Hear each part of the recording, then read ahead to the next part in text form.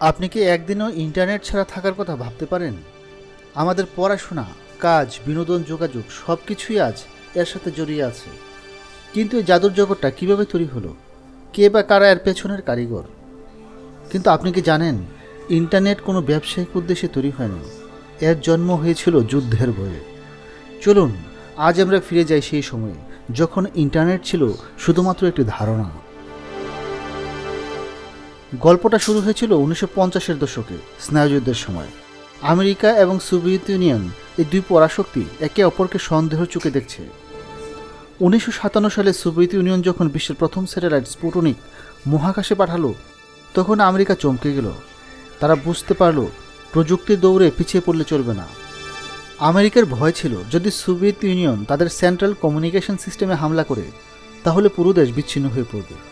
এই সমস্যার সমাধানের জন্য 1958 সালে মার্কিন প্রতিরক্ষা দপ্তর তৈরি করলেন ARPA, advance research project agency. তাদের লক্ষ্য ছিল এমন একটি যোগাযোগ ব্যবস্থা তৈরি করা, যার কোনো একটি অংশ ধ্বংস হয়ে গেলেও বাকিটা সচল থাকবে। এই ধারণা থেকে জন্ম নেয় প্যাকেট সুইচিং নামের এক যুগান্তকারী প্রযুক্তি, যেখানে ডেটা ছোট ছোট প্যাকেটে ভাগ হয়ে বিভিন্ন পথে গন্তব্যে পৌঁছায় এবং সেখানে গিয়ে আবার একত্রিত হয়ে মূল বার্তাটি তৈরি করে। এর সুবিধা হলো, কোনো একটি রাস্তা বন্ধ থাকলেও প্যাকেটগুলো অন্য রাস্তা দিয়ে ঠিকই পৌঁছে যাবে। এটাই হলো ইন্টারনেটের মূল ভিত্তি। অবশেষে এলো সেই ঐতিহাসিক দিন। 1969 সালের 29 অক্টোবর মার্কিন প্রতিরক্ষা বিভাগের অরপানেট প্রকল্পের অধীনে দুটি কম্পিউটারকে প্রথমবারের মতো সংযুক্ত করা হলো। একটি ছিল ইউনিভার্সিটি অফ ক্যালিফোর্নিয়া লস অ্যাঞ্জেলেসেতে, অন্যটি স্ট্যানফোর্ড রিসার্চ ইনস্টিটিউটে। প্রথম বার্তাটি পাঠানোর কথা ছিল লগইন, কিন্তু শুধুমাত্র LO পাঠানোর পরেই সিস্টেমটি ক্র্যাশ করে। মানব ইতিহাসের প্রথম ইন্টারনেট মেসেজটি হয়ে গেল শুধু LO। যেন ইন্টারনেট পৃথিবীকে বলছে, লো অ্যান্ড বিহোল্ড, অর্থাৎ দেখো আমি এসে গেছি, যার মাধ্যমে ইন্টারনেট তার প্রথম নিঃশ্বাস নিল। 70-এর দশকে অরপানেট ধীরে ধীরে বড় হতে থাকে। ইমেল আবিষ্কার হয় এবং এটি খুব জনপ্রিয় হয়ে ওঠে। কিন্তু তখনও ইন্টারনেট ব্যবহার করা ছিল খুবই কঠিন। মূলত বিজ্ঞানী এবং গবেষকদের মধ্যে এটি সীমাবদ্ধ ছিল। 70-এর দশকে অনেকগুলো ছোট ছোট কম্পিউটার নেটওয়ার্ক তৈরি হলো, কিন্তু একটি নেটওয়ার্ক থেকে অন্য নেটওয়ার্কে কমিউনিকেট করা সম্ভব ছিল না, ঠিক যেন বিভিন্ন দেশের মানুষ একে অপরের ভাষা বুঝে না। এই সমস্যার সমাধান নিয়ে এলেন দুই কিংবদন্তি, বিন্ট সার্ফ এবং বব কান। তারা তৈরি করলেন TCP/IP। সহজ ভাষায় বললে এটি হলো ইন্টারনেটের সার্বজনীন ভাষা। TCP ডেটাকে প্যাকেট আকারে ভাগ করে, আর IP সে প্যাকেটের উপরে ঠিকানা লিখে সঠিক গন্তব্যে পৌঁছে দেয়, পোস্ট অফিসের মতো। এই আবিষ্কারের ফলেই বিভিন্ন নেটওয়ার্ক একসাথে জুড়ে গিয়ে সত্যিকারের ইন্টারনেট তৈরি হলো। এরপর আসলো বিশাল বিপ্লব।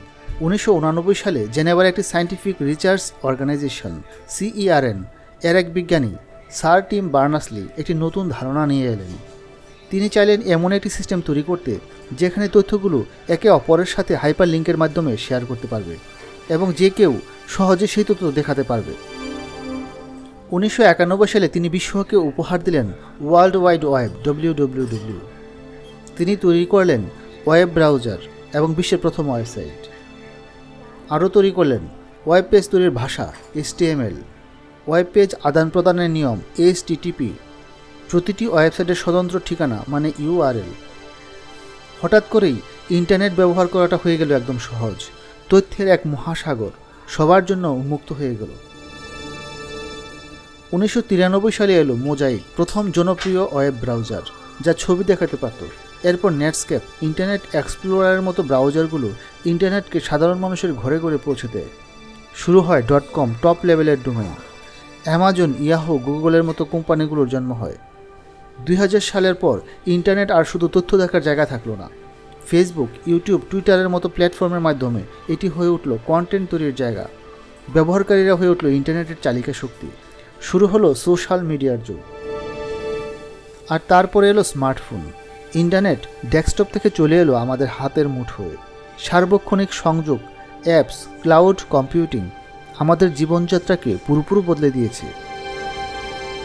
একটি সামরিক প্রকল্প থেকে শুরু করে আজকের এই গ্লোবাল ব্রেইন ইন্টারনেটের যাত্রা সত্যিই অবিশ্বাস্য। এটি শুধু একটি প্রযুক্তি নয়, এটি মানব ইতিহাসের সবচেয়ে বড় সংযোগকারী শক্তি। এই অবিশ্বাস্য যাত্রার পরবর্তী অধ্যায় লিখবেন আপনি। আপনার মতে ইন্টারনেটের ভবিষ্যৎ কি?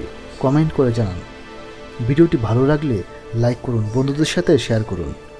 আর এমন আরও ভিডিও পেতে আমাদের চ্যানেলটি সাবস্ক্রাইব করে বেল আইকনে প্রেস করে রাখুন। ধন্যবাদ। ভালো থাকুন, ভালো রাখুন।